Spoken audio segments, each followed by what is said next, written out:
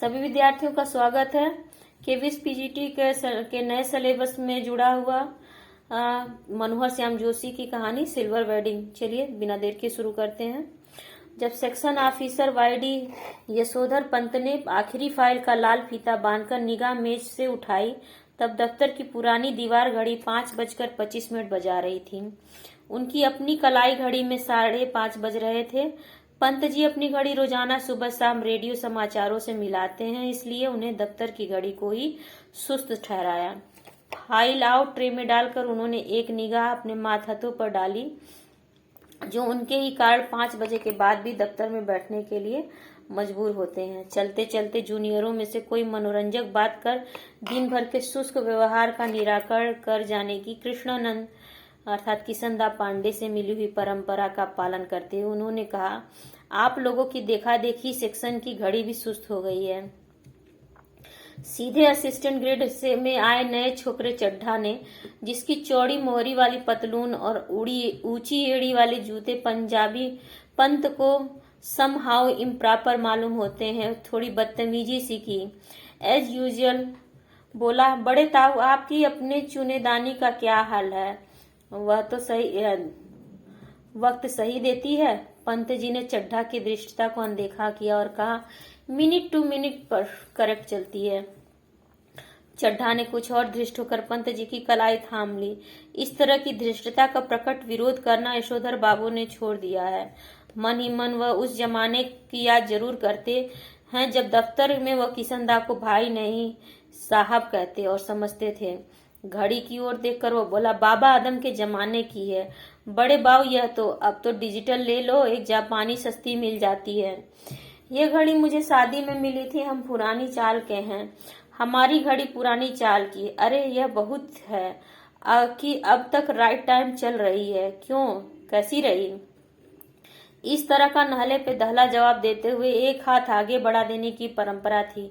Ramsay school Almora में, जहां से कभी यशोधर बाबू ने मैट्रिक की परीक्षा पास की थी, इस तरह के आगे बढ़े हुए हाथ पर सुनने वाला बतौर दाद अपना हाथ मारा करता था और वक्ता श्रोता दोनों ठठाकर हाथ मिलाया करते थे। ऐसी ही परंपरा किशनदा के क्वार्टर में भी थी, जहां रोजी रोटी की तलाश में आए यशोधर पंत नामक एक मैट्रिक पास बालक को शरण मिली थे। कभी किशनदा कुंवारे थे और पहाड़ से आए हुए कितने ही लड़के ठीक ठिकाना होने से पहले उनके यहाँ रह जाते थे। मैस जैसी थी, मिलकर लाओ पकाओ खाओ। यशोधर बाबू जिस समय दिल्ली आए थे, उनकी उम्र सरकारी नौकरी के लिए कम थी।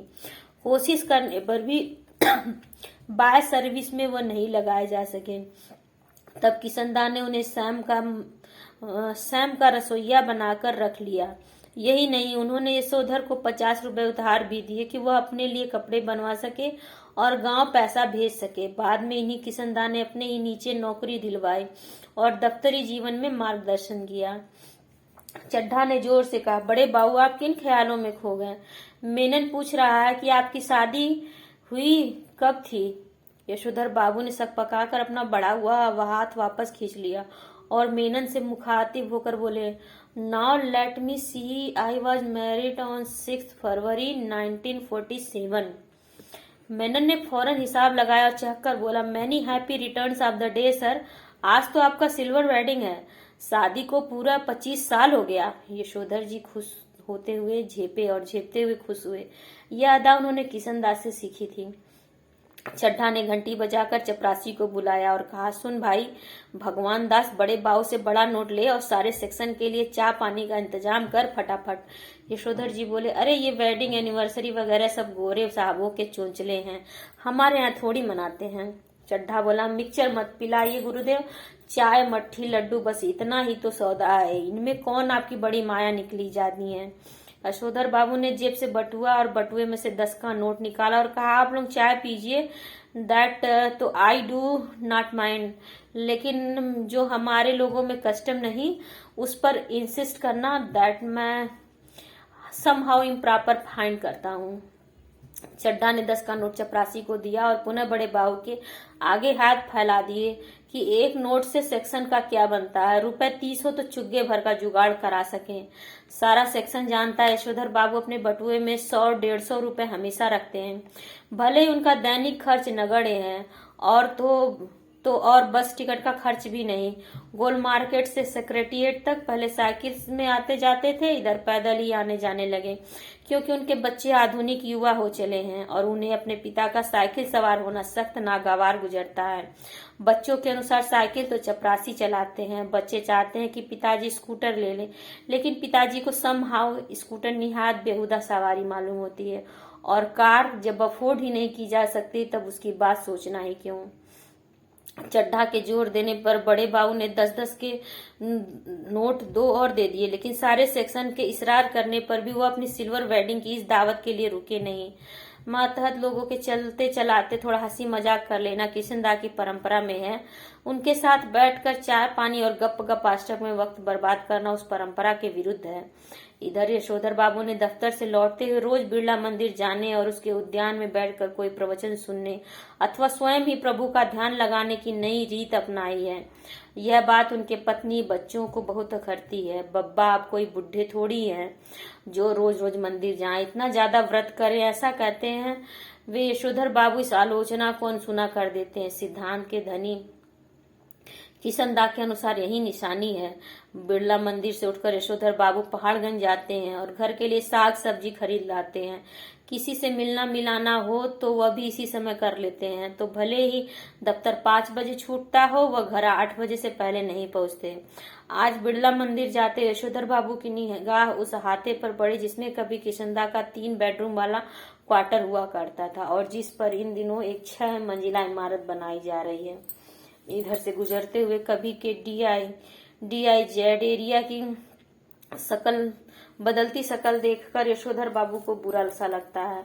ये लोग सारा गोल मार्केट क्षेत्र तोड़कर यहाँ 1 मंजिला क्वार्टरों की जगह ऊंची इमारतें बना रहे हैं। यशोधर बाबू को पता नहीं कि वे लोग ठीक कर रहे हैं कि गलत कर रहे हैं। उन्हें यह जरूर पता है कि उनकी यादों के गोल मार्केट के ढहाए जाने का गम मनाने के लिए उनका इस क्षेत्र में डटे रहना निहायत जरूरी है। उन्हें एंड्रयूजगंज, लक्ष्मीबाई नगर, पंडारा रोड आदि की नई बस्तियों में पद की गरिमा के अनुरूप D2 टाइप क्वार्टर मिलने की अच्छी खबर कई बार आई है, मगर हर बार उन्होंने गोल मार्केट छोड़ने से इनकार कर दिया। जब उनका क्वार्टर टूटने का नंबर आया तब भी उन्होंने इसी क्षेत्र की इन बस्तियों में बचे हुए क्वार्टरों में से एक अपने नाम अलाट करा लिया। पत्नी के पूछने पर कि जब यह भी टूट जाएगा तब क्या करोगे, उन्होंने कहा तब की तब देखी जाएगी, कहा और उसी तरह मुस्कुराए जिस तरह किशनदा यही फिक्रा कहकर मुस्कुराते थे। सच तो यह है कि पिछले कई वर्षों से यशोधर बाबू का अपनी पत्नी और बच्चों से हर छोटी बड़ी बात में मतभेद होने लगा है और इसी वजह से वह घर जल्दी लौटना पसंद नहीं करते। जब तक बच्चे छोटे थे तब तक वह उनकी पढ़ाई लिखाई में मदद कर सकते थे। अब बड़ा लड़का एक प्रमुख विज्ञापन संस्था में नौकरी पा गया है। यद्यपि समहाउ यशोधर बाबू को अपने साधारण पुत्र को असाधारण वेतन देने वाली यह नौकरी कुछ समझ में नहीं आती। वह कहते हैं कि 1,500 रुपया तो हमें अब रिटायरमेंट के पास पहुंचकर मिल रहा है। शुरू में ही 1,500 रुपया देने वाली इस नौकरी में जरूर कुछ पेंच होगा। यशोधर जी का दूसरा बेटा दूसरी बार IAS देने की तैयारी कर रहा है। यशोधर बाबू के लिए समझ सकना संभव है कि जब पिछले साल एलाइड सर्विसेज की सूची में माना काफी नीचे आ गया था तब उसने ज्वाइन करने से इनकार क्यों कर दिया। उनका तीसरा बेटा स्कॉलरशिप लेकर अमेरिका चला गया है और उनकी एकमात्र बेटी न केवल तमाम प्रस्तावित वर अस्वीकार करती चली जा रही है बल्कि डॉक्टरी की उच्चतम शिक्षा के लिए स्वयं भी अमेरिका चले जाने की धमकी दे रही है। यशोधर बाबू जहां बच्चों की इस तरक्की से खुश होते हैं वहां समहाउ यह भी अनुभव करते हैं कि वह खुशहाली भी कैसी हो जो अपनों में परायापन पैदा करे।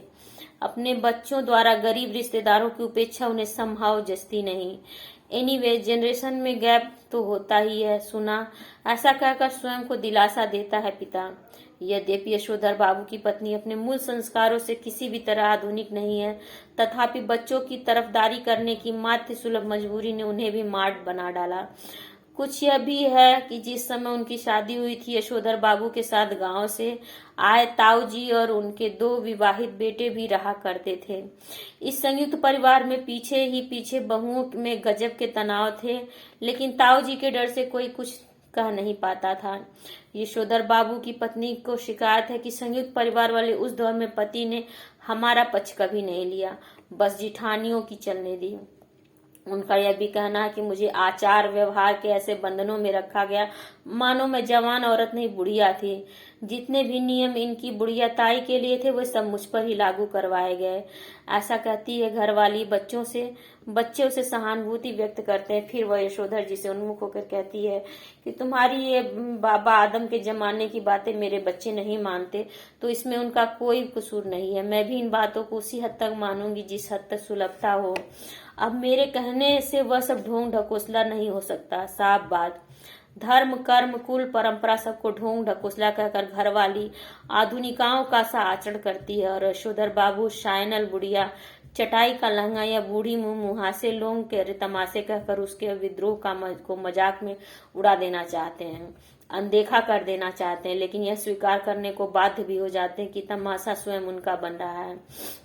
जिस जगह किशनदा का क्वार्टर था उसके सामने खड़े होकर एक गहरा निश्वास छोड़ते हुए यशोधर जी ने अपने से पूछा, क्या यह बेटर नहीं लगता रहता कि किशनदा की तरह घर गृहस्थी का बवाल ही न पाला होता और लाइफ कम्युनिटी के लिए डेडिकेट कर दी होती। फिर उनका ध्यान इस ओर गया कि बाल जती किशनदा का बुढ़ापा सुखी नहीं रहा। उनके तमाम साथियों ने हौज खास ग्रीन पार्क कैलाश कहीं न कहीं जमीन ली, मकान बनवाए, लेकिन उसने कभी इस ओर ध्यान ही नहीं दिया। रिटायर होने के 6 महीने बाद उसे क्वार्टर खाली करना पड़ा, तब हद हो गई। उनके द्वारा उपकृत इतने सारे लोगों में से एक ने भी उन्हें अपने यहाँ रखने की पेशकश नहीं की। स्वयं यशोधर बाबू उसके सामने ऐसा कोई प्रस्ताव नहीं रख पाए, क्योंकि उस समय तक उनकी शादी हो चुकी थी और उनके 2 कमरों के क्वार्टर में 3 परिवार रहा करते थे। किशनदा कुछ साल राजेंद्र नगर में किराए को क्वार्टर लेकर रहा, फिर अपने गांव लौट गया, जहां साल भर बाद उसकी मृत्यु हो गई। ज्यादा पेंशन खा नहीं सका बेचारा। विचित्र बात यह है कि उसे कोई भी बीमारी नहीं, बस रिटायर होने के बाद मुरझाता सूखता ही चला गया। जब उसके एक बिरादर से मृत्यु का कारण पूछा तब उसने यशोधर बाबू को ही जवाब दिया, जो हुआ होगा, यानी पता नहीं क्या हुआ। जिन लोगों के बाल बच्चे नहीं होते, घर परिवार नहीं होता, उनकी रिटायर होने के बाद जो हुआ होगा से भी मौत हो जाती है। यह जानते हैं यशोधर जी।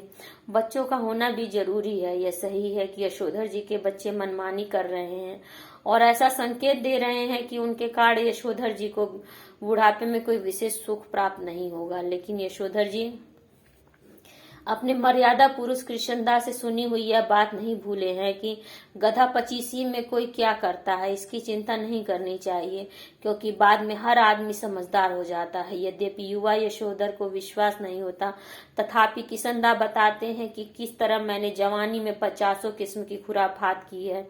ककड़ी चुराना, गर्दन मोड़ के मुर्गी मार देना, पीछे की खिड़की से कूदकर सेकंड शो सिनेमा देखाना। कौन कर्म ऐसा है जो तुम्हारे इस किशनदा ने नहीं कर रखा? जिम्मेदारी सर पर पड़ेगी तब सब अपने ही आप ठीक हो जाएंगे। यह भी किशनदा से विरासत में मिला हुआ एक फिक्रा है, जिसे यशोधर बाबू अक्सर अपने बच्चों के प्रसंग में दोहराते हैं। उन्हें कभी कभी लगता है कि अगर मेरे पिता तब नहीं गुजर गए होते जब मैं मैट्रिक में था, तो शायद मैं भी गधा 25 के लंबे दौर से गुजरता। जिम्मेदारी सर पर जल्दी पड़ गई तो जल्दी ही जिम्मेदार आदमी भी बन गया। जब तक बाप है तब तक मौज कर ले। यह बात यशोधर जी कभी कभी तंजिया कहते हैं, लेकिन कहते हुए उनके चेहरे पर जो मुस्कान खेल जाती है वह बच्चों पर यह प्रकट करती है कि बाप को उनका सनात होना, गैर जिम्मेदार होना कुल मिलाकर अच्छा लगता है। यशोधर बाबू कभी कभी मन ही मन स्वीकार करते हैं कि दुनियादारी में बीवी बच्चे उनके अधिक सुलझे हुए हो सकते हैं, लेकिन दो के चार करने वाली दुनिया ही उन्हें कहाँ मंजूर है जो उसकी रीत मंजूर करे। दुनियादारी के हिसाब से बच्चों का यह कहना सही हो सकता है कि बब्बा ने डीडीए फ्लैट के लिए पैसा न भर के भयंकर भूल की है, किंतु समहाउ यशोधर बाबू को किशनदा की यह उक्ति अब भी जचती है। मूर्ख लोग मकान बनाते हैं, सयाने उनमें रहते हैं। जब तक सरकारी नौकरी तब तक सरकारी क्वार्टर, रिटायर होने पर गांव का पुश्तैनी घर, बस। गांव का पुश्तैनी घर टूट फूट चुका है और उस पर इतने लोगों का हक है कि वहां जाकर बसना, मरम्मत की जिम्मेदारी ओढ़ना और बेकार के झगड़े मोड़ लेना होगा। इस बात को यशोधर जी अच्छी तरह समझते हैं। बच्चे बहस में जब यह तर्क दोहराते हैं तब उनसे कोई जवाब नहीं देते बनता। उन्होंने हमेशा यही कल्पना की थी कि आज भी करते हैं कि उनका कोई लड़का रिटायर होने से पहले सरकारी नौकरी में आ जाएगा और क्वार्टर उनके परिवार के पास बना रह सकेगा। अब भी पत्नी द्वारा भविष्य का प्रश्न उठाए जाने पर यशोधर बाबू इस संभावना को रेखांकित कर देते हैं। जब पत्नी कहती है अगर ऐसा नहीं हुआ तो आदमी को तो हर तरह से सोचना चाहिए, तब यशोधर बाबू टिप्पणी करते हैं कि सब तरह से सोचने वाले हमारी बिरादरी में नहीं होते, उनमें से एक की तरह से सोचने वाले होते हैं, कहते हैं और कहकर लगभग नकली सी हंसी हंसते हैं। जितना इस लोक की जिंदगी यशोधर बाबू को ये नकली हंसी हंसने के लिए बाध्य कर रही है, उतना ही वो परलोक के बारे में उत्साही होने का यत्न कर रहे हैं। तो उन्होंने बिरला मंदिर की ओर तेज कदम बढ़ाए, लक्ष्मी नारायण के आगे हाथ जोड़े, असीक का फूल चुटिया में खोसा और पीछे से उस प्रांगण में जा पहुंचे जहां महात्मा जी गीता पर प्रवचन कर रहे थे। अफसोस आज प्रवचन सुनने में यशोधर जी का मन खास लगा नहीं। यह तो सच है कि वह भीतर से बहुत ज्यादा धार्मिक अथवा कर्मकांडी नहीं है। हाँ, इस संबंध में अपने मर्यादा पुरुष किशनदास द्वारा स्थापित मानक हमेशा उनके सामने रहे हैं। जैसे जैसे उम्र ढल रही है वैसे वैसे वह भी किशनदा की तरह रोज मंदिर जाने, संध्या पूजा करने और गीता प्रेस गोरखपुर की किताबें पढ़ने का यत्न करने लगे हैं। अगर कभी उनका मन शिकायत करता है कि इस सब में लग नहीं पा रहा हूँ, तब उससे कहते हैं भाई लगना चाहिए। अब तो माया मोह के साथ साथ भगवत भजन को भी कुछ स्थान देना होगा कि नहीं। नई पीढ़ी को देकर राजपाट तुम लग जाओ, बाट वन प्रदेश की जो करते हैं जैसा करते हैं करें, हमें तो अब इस वर्ल्ड की नहीं, हम इस लाइफ की नहीं, इसकी चिंता करनी चाहिए। वैसे अगर बच्चे सलाह मांगे, अनुभव का आदर करें तो अच्छा लगता, अब नहीं मांगते तो ना मांगे। यशोधर बाबू ने फिर अपने को झुड़का कि यह भी क्या हुआ, मन को समझाने में फिर भटक गया। गीता मुहिम सुनने लगे, मगर व्याख्या में जनार्दन शब्द जो सुनाई पड़ा तो उन्हें अपने जीजा जनार्दन जोशी की याद हो आई। परसों ही कार्ड आया है कि उनकी तबीयत खराब है। यशोधर बाबू सोचने लगे कि जीजा जी का हाल पूछने अहमदाबाद जाना ही होगा। ऐसा सोचते ही उन्हें यह भी ख्याल आया कि यह प्रस्ताव उनकी पत्नी और बच्चों को पसंद नहीं आएगा। सारा संयुक्त परिवार बिखर गया है। पत्नी और बच्चों की धारणा है कि इस बिखरे परिवार के प्रति यशोधर जी का एक तरफा लगाव आर्थिक दृष्टि से सर्वथा मूर्खतापूर्ण है। यशोधर जी खुशी गम के हर मौके पर रिश्तेदारों के यहाँ जाना जरूरी समझते हैं। वह चाहते हैं कि बच्चे भी पारिवारिकता के प्रति उत्साही हों। बच्चे क्रुद्ध ही होते हैं। अभी उस दिन हद हो गई। कमाऊ बेटे ने यह कह दिया कि आपको बुआ को भेजने के लिए पैसे मैं तो नहीं दूंगा। यशोधर बाबू को कहना पड़ा कि अभी तुम्हारे बब्बा की इतनी साख है कि 100 रुपए उधार ले सके। यशोधर जी का नारा हमारा तो सैफ ही ऐसा देख ठहरा, हमें तो यही परंपरा विरासत में मिली। इस नारे से उनकी पत्नी बहुत चिढ़ती है। पत्नी का कहना है और सही कहना है कि यशोधर जी का स्वयं का देखा हुआ कुछ नहीं। माँ के मर जाने के बाद छोटी सी उम्र में वह गांव छोड़कर अपनी विधवा बुआ के पास अल्मोड़ा आ गए थे। बुआ का कोई ऐसा लंबा चौड़ा परिवार तो था नहीं जहाँ की यशोधर जी कुछ देखते और परंपरा के रंग में रंगते। मैट्रिक पास करते हुए दिल्ली आ गए और यहाँ रहे कुंवारे कृष्णानंद जी के साथ। कुंवारे की गिरस्ती में देखने को होता क्या है। पत्नी आग्रह पूर्वक कहती है कि कुछ नहीं, तुम अपने उन किशनदा के मुंह से सुनी सुनाई बातों को अपनी आंखों देखी यादें बना डालते हो। किशनदा को जो भी मालूम था वह उनका पुराने गंवई लोगों से सीखा हुआ ठहरा।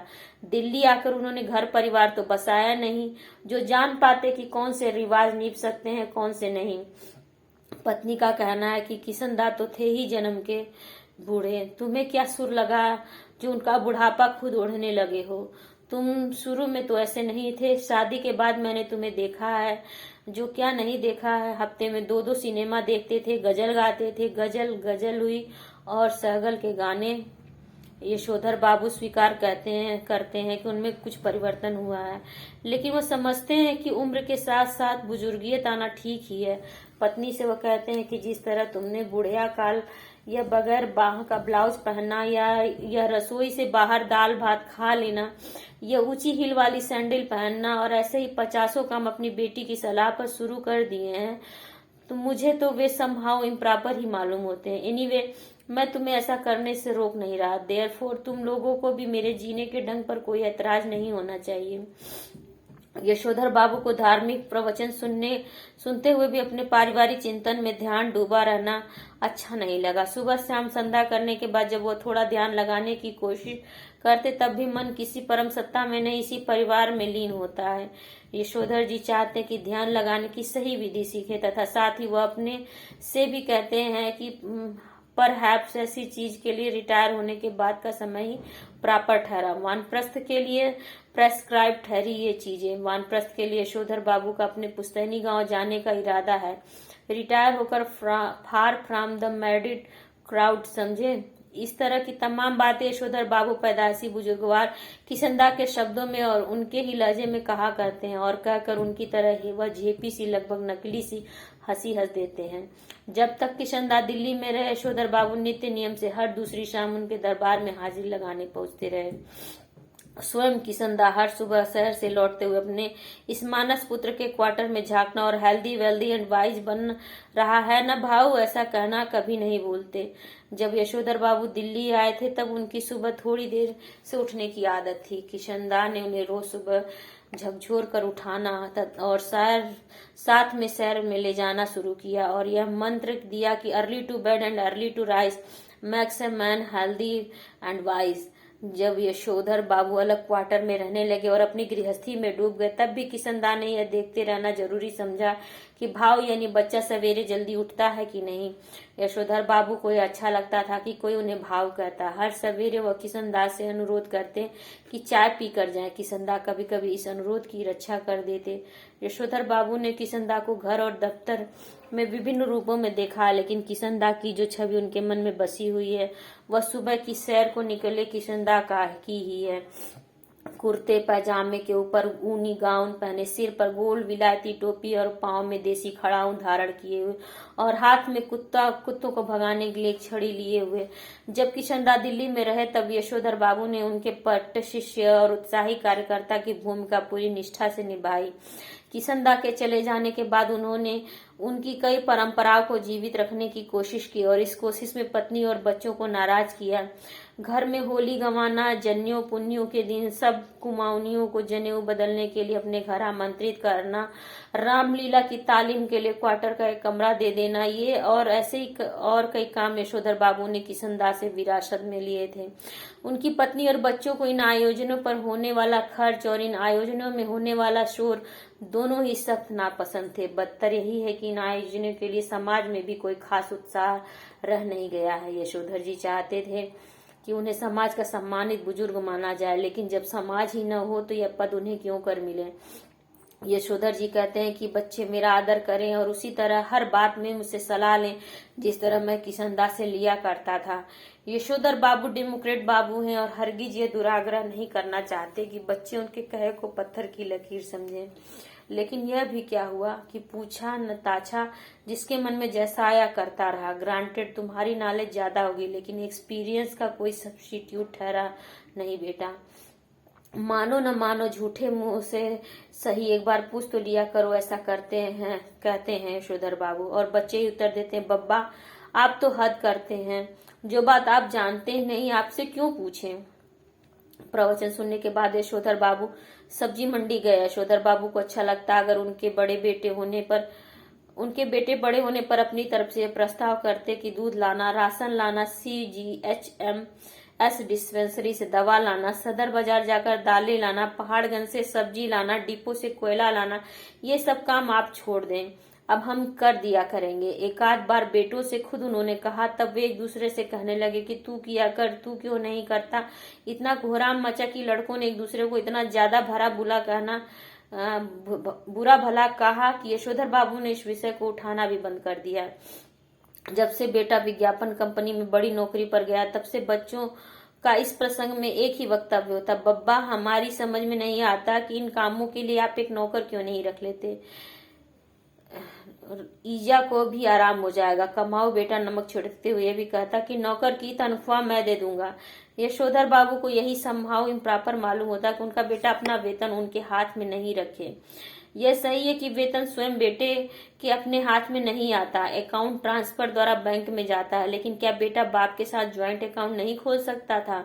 झूठे मुंह से ही सही एक बार ऐसा कहता तो इस पर बेटे का अपने वेतन को अपना समझते हुए बार बार कहना, यह काम मैं अपने पैसे से करने को कह रहा हूँ, आपसे नहीं जो आप नुक्ताचीनी करे। इस क्रम में बेटे ने पिता का यह क्वार्टर तक अपना बना लिया।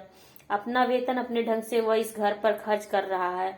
कभी कारपेट बिछवा रहा, कभी पर्दे लगवा रहा, कभी सोफा आ रहा, कभी डनलप वाला डबल बेड और श्रृंगार मेज, कभी टीवी, कभी फ्रिज। क्या हुआ यह? और ऐसा भी नहीं कहता कि लीजिए पिताजी आपके लिए टीवी ले आया, कहता यही है कि मेरा टीवी है, इसमें मेरा टीवी है, समझे, इसे कोई न छुआ करे। क्वार्टर ही उसका हो गया, यह अच्छी रही। अब इनका एक नौकर भी रखो घर में, इनका नौकर होगा तो इनके लिए होगा, हमारे लिए तो क्या होगा, ऐसा समझते हैं यशोधर बाबू। घरवाली को काम सब अपने हाथ से ठीक ही होते हैं, नौकर को सौंपा कारोबार चौपट हुआ, कहते हैं यशोधर बाबू। पत्नी सुनती है मगर नहीं सुनती, पर सुनकर अब चिढ़ती भी नहीं। सब्जी का झोला लेकर यशोधर बाबू खुदी हुई सड़कों और टूटे हुए क्वार्टरों के मलबे से पटे हुए लानों को पार करके स्क्वायर के उस कोने में पहुंचे जिसमें 3 क्वार्टर अब भी साबूत खड़े हुए थे। उन 3 में से कुल एक को अब तक सिलसिला आबाद किए हुए है। बाहर बदरंग तख्ती में उसका नाम लिखा है, वाईडी पंत। इस क्वार्टर के पास पहुंचकर आज वाईडी पंत को पहले धोखा हुआ, किसी गलत जगह आ गए हैं। क्वार्टर के बाहर एक कार थी, कुछ स्कूटर, मोटरसाइकिल, बहुत से लोग विदा ले रहे थे। बाहर बरामदे में रंगीन कागज की झालरें और गुब्बारे लटके हुए थे और रंग बिरंगी रोशनियां जल रही थी। फिर उन्हें अपना बड़ा बेटा भूषण पहचान में आया, जिससे कार में बैठा हो कोई साहब हाथ मिला रहा था और कह रहा था, give my warm regards to your father. Yashodhar बाबू ठिठक गए। उन्होंने अपने से पूछा, क्यों, आज मेरे क्वार्टर में यह क्या हो रहा होगा? इसका जवाब भी उन्होंने अपने को दिया, जो करते होंगे ये लौंडे मोंडे, इनकी माया यही जाने। अब यशोधर बाबू का ध्यान इस ओर गया कि उनकी पत्नी और उनकी बेटी भी कुछ मेम साहबों को विदा करते हुए बरामदे में खड़ी हैं। लड़की जीन और बगैर बाह का टॉप पहने हैं। यशोधर बाबू उससे कई मर्तबा कह चुके हैं, तुम्हारी ये पतलून और सैंडो वाली ड्रेस मुझे तो समहाउ इम्प्रॉपर मालूम होती है, लेकिन वह भी जिद्दी ऐसी है कि इसे ही पहनती है। और पत्नी दूसरी की तरफदारी करती है, कहती है वह सिर पर पल्लू वल्लू मैंने कर लिया बहुत तुम्हारे कहने पर, समझे, मेरी बेटी वही करेगी जो दुनिया कर रही है। पुत्री का पक्ष लेने वाली है पत्नी इस समय ओठों पर लाली और बालों पर खिजाब लगाए हुए थी, जबकि ये दोनों ही चीजें आप कुछ भी कहिए यशोधर बाबू को समहाउ इम्प्रॉपर ही मालूम होती हैं। आधुनिक किस्म के अजनबी लोगों की भीड़ देखकर यशोधर बाबू अंधेरे में ही दुबके रह गए। उनके बच्चों की इसलिए शिकायत है कि बब्बा तो एलडीसी टाइपों में से ही मिक्स करते हैं। जब कार वाले लोग चले गए तब यशोधर बाबू ने अपने क्वार्टर में कदम रखने का साहस जुटाया। भीतर अब भी पार्टी चल रही थी। उनके पुत्र पुत्रियों के कई मित्र तथा उनके कुछ रिश्तेदार जमा हुए थे।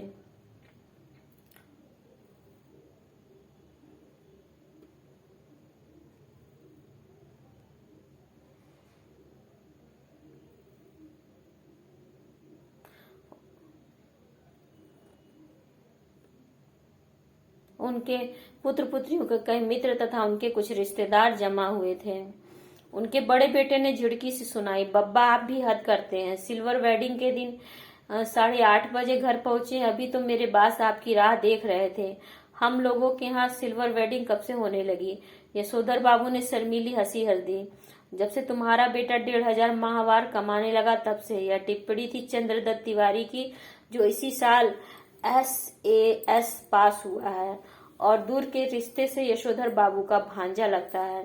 यशोधर बाबू को अपने बेटों से तमाम तरह की शिकायतें हैं, लेकिन कुल मिलाकर उन्हें यह अच्छा लगता है कि लोग बाग उन्हें ईर्ष्या का पात्र समझते हैं। भले ही उन्हें भूषण का गैर सरकारी नौकरी करना समझ में न आता हो, तथापि यह बखूबी समझते हैं कि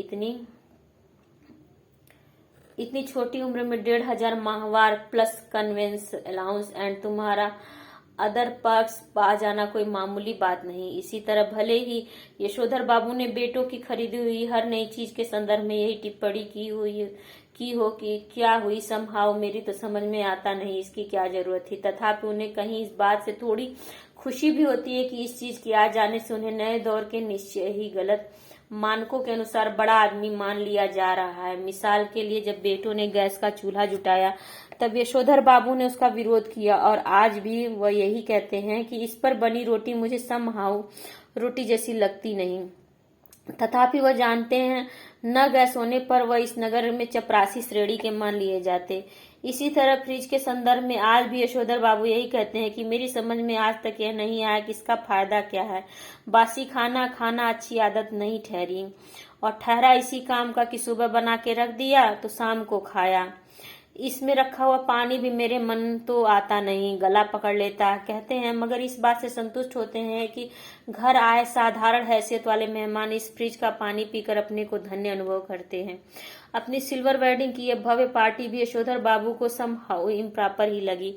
तथापि उन्हें इस बात से संतोष हुआ कि जिस अनाथ यशोधर के जन्मदिन पर कभी लड्डू नहीं आए, जिसने अपना विवाह भी कोऑपरेटिव से 2-4 हजार कर्जा निकाल कर किया बगैर किसी खास धूमधाम के, उसके विवाह की 25वीं वर्षगांठ पर केक, 4 तरह की मिठाई, 4 तरह की नमकीन, फल, कोल्ड ड्रिंक्स, चाय सब कुछ मौजूद है। गिरीश बोला, मुझे आज सुबह बैठे बैठे याद आया कि आपकी शादी 6 फरवरी सन 47 को हुई थी और इस हिसाब से आज उसे 25 साल पूरे हो गए हैं। मैंने आपके दफ्तर फोन किया लेकिन शायद आपका फोन खराब था। तब मैंने भूषण को फोन किया। भूषण ने कहा शाम को आ जाइए, पार्टी करते हैं, मैं अपने बास को भी बुला लूंगा इसी बहाने। गिरीश यशोधर बाबू की पत्नी का चचेरा भाई है, बड़ी कंपनी के में मार्केटिंग मैनेजर, और इसकी सहायता से यशोधर बाबू के बेटे को अपना यह संपन्न साला समहाउ भयंकर ओछाट यानी ओछेपन का धनी मालूम होता है। उन्हें लगता है किसी ने भूषण को बिगाड़ दिया। सभी कहते हैं ऐसा तो पत्नी बरस पड़ती है, कभी कहते हैं ऐसा तो पत्नी बरस पड़ती है, जिंदगी बना दी तुम्हारे 2nd क्लास बीए बेटे की, कहते हो बिगाड़ दिया। भूषण ने अपने मित्रों सहयोगियों का यशोधर बाबू से परिचय कराना शुरू किया। उनकी many happy returns of the day का थैंक यू का जवाब देते हुए जिन लोगों का नाम पहले बता दिया गया हो उनकी ओर वाईडी पंथ होम मिनिस्ट्री भूषण फादर कहकर स्वयं हाथ बढ़ाते यशोधर बाबू ने हर चंद यह जताने की कोशिश की कि भले ही वह संस्कारी कुमाऊनी है तथापि विलायती रिवाज से भी भली भांति परिचित हैं। किशनदा कहा करते थे कि आना सब कुछ चाहिए, सीखना हर एक बात ठहरी, लेकिन अपनी छोड़नी नहीं चाहिए। टाई सूट पहनना आना चाहिए लेकिन धोती कुर्ता अपनी पोशाक है, यह नहीं भूलना चाहिए। अब बच्चों के लिए एक और विलायती परंपरा के लिए आग्रह किया। यशोधर बाबू अपनी पत्नी के साथ केक काटे। घरवाली पहले थोड़ा शर्माई लेकिन जब बेटी ने हाथ खींचा तब उसे केक के पीछे जा खड़ी होने में कोई हिचक नहीं हुई। वहीं से उसने पति को भी पुकारा। यशोधर बाबू को केक काटना बचकानी बात मालूम हुई। बेटी उन्हें लगभग खींच कर ले गई। यशोधर बाबू ने कहा somehow I don't like all this, लेकिन एनीवे उन्होंने केक काट ही दिया। गिरीश ने उनकी अनमनी किंतु संतुष्ट छवि कैमरे में कैद कर ली। अब पति पत्नी से कहा गया कि वे केक से मुंह मीठा करें। एक दूसरे का पत्नी ने खा लिया मगर यशोधर बाबू ने इनकार कर दिया। उनका कहना था कि मैं केक खाता नहीं, इसमें अंडा पड़ा होता है। उन्हें याद दिलाया गया कि अभी कुछ वर्षों पहले तक आप मांसाहारी थे। एक टुकड़ा केक खा लेने से क्या हो जाएगा, लेकिन वह नहीं माने। तब उनसे अनुरोध किया गया कि लड्डू ही खा लें। भूषण के एक मित्र ने लड्डू उठाकर उनके मुंह में ठूसने का यत्न किया लेकिन यशोधर बाबू इसके लिए भी राजी नहीं हुए। उनका कहना था कि मैं अभी संध्या नहीं की है। इस पर भूषण ने झुझलाकर कहा, तो बब्बा पहले जाकर संध्या कीजिए, आपकी वजह से हम लोग कब तक रुके रहेंगे। नहीं नहीं, आप सब लोग खाइए। यशोधर बाबू ने बच्चों के दोस्तों से कहा, please go ahead, no formality. Yashodhar बाबू ने आज पूजा में कुछ ज्यादा ही देर लगाई, इतनी देर कि ज्यादातर मेहमान उठकर चले जाएं। उनकी पत्नी उनके बच्चे बारी बारी से आकर झांकते रहे और कहते रहे, जल्दी कीजिए, मेहमान लोग जा रहे हैं। शाम की 15 मिनट की पूजा को लगभग 25 मिनट तक खींच लेने के बाद भी जब बैठक से मेहमानों की आवाजें आती सुनाई दी तब यशोधर बाबू पद्यासन साध कर ध्यान लगाने बैठ गए। वह चाहते थे कि उन्हें प्रकाश का एक नीला बिंदु दिखाई दे मगर उन्हें किशनदा दिखाई दे रहे थे। यशोधर बाबू किशनदा से पूछ रहे थे, जो हुआ होगा से आप कैसे मर गए। किशनदा कह रहे थे, भाऊ सभी जन इसी जो हुआ होगा से मरते हैं, गृहस्थी हो, ब्रह्मचारी हो, अमीर हो, गरीब हो, मरते जो हुआ होगा से ही है। हाँ, शुरू में मैं और आखिर में सब अकेले ही होते हैं, अपना कोई नहीं ठहरा दुनिया में, बस अपना नियम अपना हुआ। यशोधर बाबू ने पजामा कुर्ते और ऊनी ड्रेसिंग गाउन पहने, सिर पर गोल विलायती टोपी, पांव में देसी खड़ाऊ और हाथ में डंडा धारण की। इस किसनदा से अकेलेपन के विषय में बहस करनी चाहिए, उनका विरोध करने के लिए नहीं, बल्कि बात कुछ और अच्छी तरह समझने के लिए। हर रविवार किशनदा को ठीक 4 बजे यशोधर बाबू के घर आया करते थे। उनके लिए गर्मा गर्म चाय बनवाई जाती थी। उनका कहना था कि जिसे फूंक मारकर न पीना पड़े वह चाय कैसी। चाय सुड़कते हुए किशनदा प्रवचन करते थे और यशोधर बाबू बीच बीच में शंकाएं उठाते थे।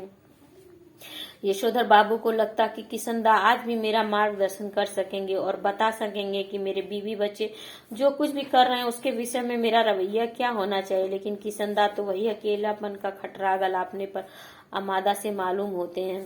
कैसी बीवी, कहाँ के बच्चे, यह सब माया ठहरी। और यह जो भूषण इतना उछल रहा है वह भी किसी दिन इतना ही अकेला और असहाय अनुभव करेगा जितना कि आज तू कर रहा है। यशोधर बाबू बात आगे बढ़ाते, लेकिन उनकी घर वाली उन्हें झिड़कते हुए आ पहुंची कि क्या आज पूजा में ही बैठे रहोगे। यशोधर बाबू आसन से उठे और उन्होंने दबे स्वर में पूछा, मेहमान गए? पत्नी ने बताया, कुछ गए हैं, कुछ हैं। उन्होंने जानना चाहा कि कौन कौन है। आश्वस्त होने पर कि सभी रिश्तेदार ही हैं, वह उसी लाल गमछे में बैठक में चले गए जिसे पहनकर वह संध्या करने बैठे थे। यह गमछा पहनने की आदत भी उन्हें किशनदा से विरासत में मिली है और उनके बच्चे इसके सख्त खिलाफ हैं। Everybody gone, party over. Yashodhar बाबू ने मुस्कुराकर अपनी बेटी से पूछा, अब गोया गमछा पहने रखा जा सकता है? उनकी बेटी झल्लाई, लोग चले गए, इसका मतलब यह थोड़ी है कि आप गमछा पहनकर बैठक में आ जाए। बब्बा, यू आर द लिमिट। बेटी, हमें जिसमें सज आएगी वही करेंगे ना, तुम्हारी तरह जीन पहनकर हमें तो सज नहीं आती नहीं। यशोधर बाबू की दृष्टि मेज पर रखे कुछ पैकेटों पर पड़ी। बोले, ये कौन भूले जा रहा है? भूषण बोला, आपके लिए प्रेजेंट है, खोलिए ना। इस उम्र में क्या हो रहा है प्रेजेंट वेजेंट? तुम खोलो, तुम इस्तेमाल करो, कहकर शर्मीली हंसी हंसे। भूषण सबसे बड़ा पैकेट उठाकर उसे खोलते हुए बोला, इसे तो ले लीजिए, यह मैं आपके लिए लाया हूँ, ऊनी ड्रेसिंग गाउन है। आप सवेरे जब दूध लेने जाते हैं बब्बा, फटा पुलोवर पहन के चले जाते हैं, जो बहुत ही बुरा लगता है। आप इसे पहन के जाया कीजिए। बेटी पिता का पैजामा कुर्ता उठा लाई, इसे पहनकर गाउन पहने। थोड़ा सा नान नुच करने के बाद यशोधर जी ने इस आग्रह की रक्षा की। गाउन का सैस कसते हुए उन्होंने कहा, अच्छा तो यह ठहरा ड्रेसिंग गाउन, उन्होंने कहा और उनकी आंखों की कोर में जरा सी नमी चमक गई। यह कहना मुश्किल है कि इस घड़ी उन्हें यह बात चुभ गई कि उनका जो बेटा यह कह रहा कि आप सवेरे ड्रेसिंग गाउन पहनकर दूध लाने जाया करें, वह यह नहीं कह रहा कि दूध मैं ला दिया करूंगा, या कि इस गाउन को पहनकर उनके अंगों में वह किशनदा उतर आया है जिसकी मौत जो हुआ होगा से हुई। तो खत्म होती है ये कहानी। उम्मीद है जरूर ही आप लोगों को समझ में आई होगी। यदि कोई प्रश्न हो मन में तो कमेंट सेक्शन में जरूर पूछिए। और मेरे साथ जुड़े रहने के लिए आप सभी का बहुत बहुत धन्यवाद। इस वीडियो को भी आप अपने एजुकेशन ग्रुप में शेयर करिए, शेयर जरूर करिए। धन्यवाद।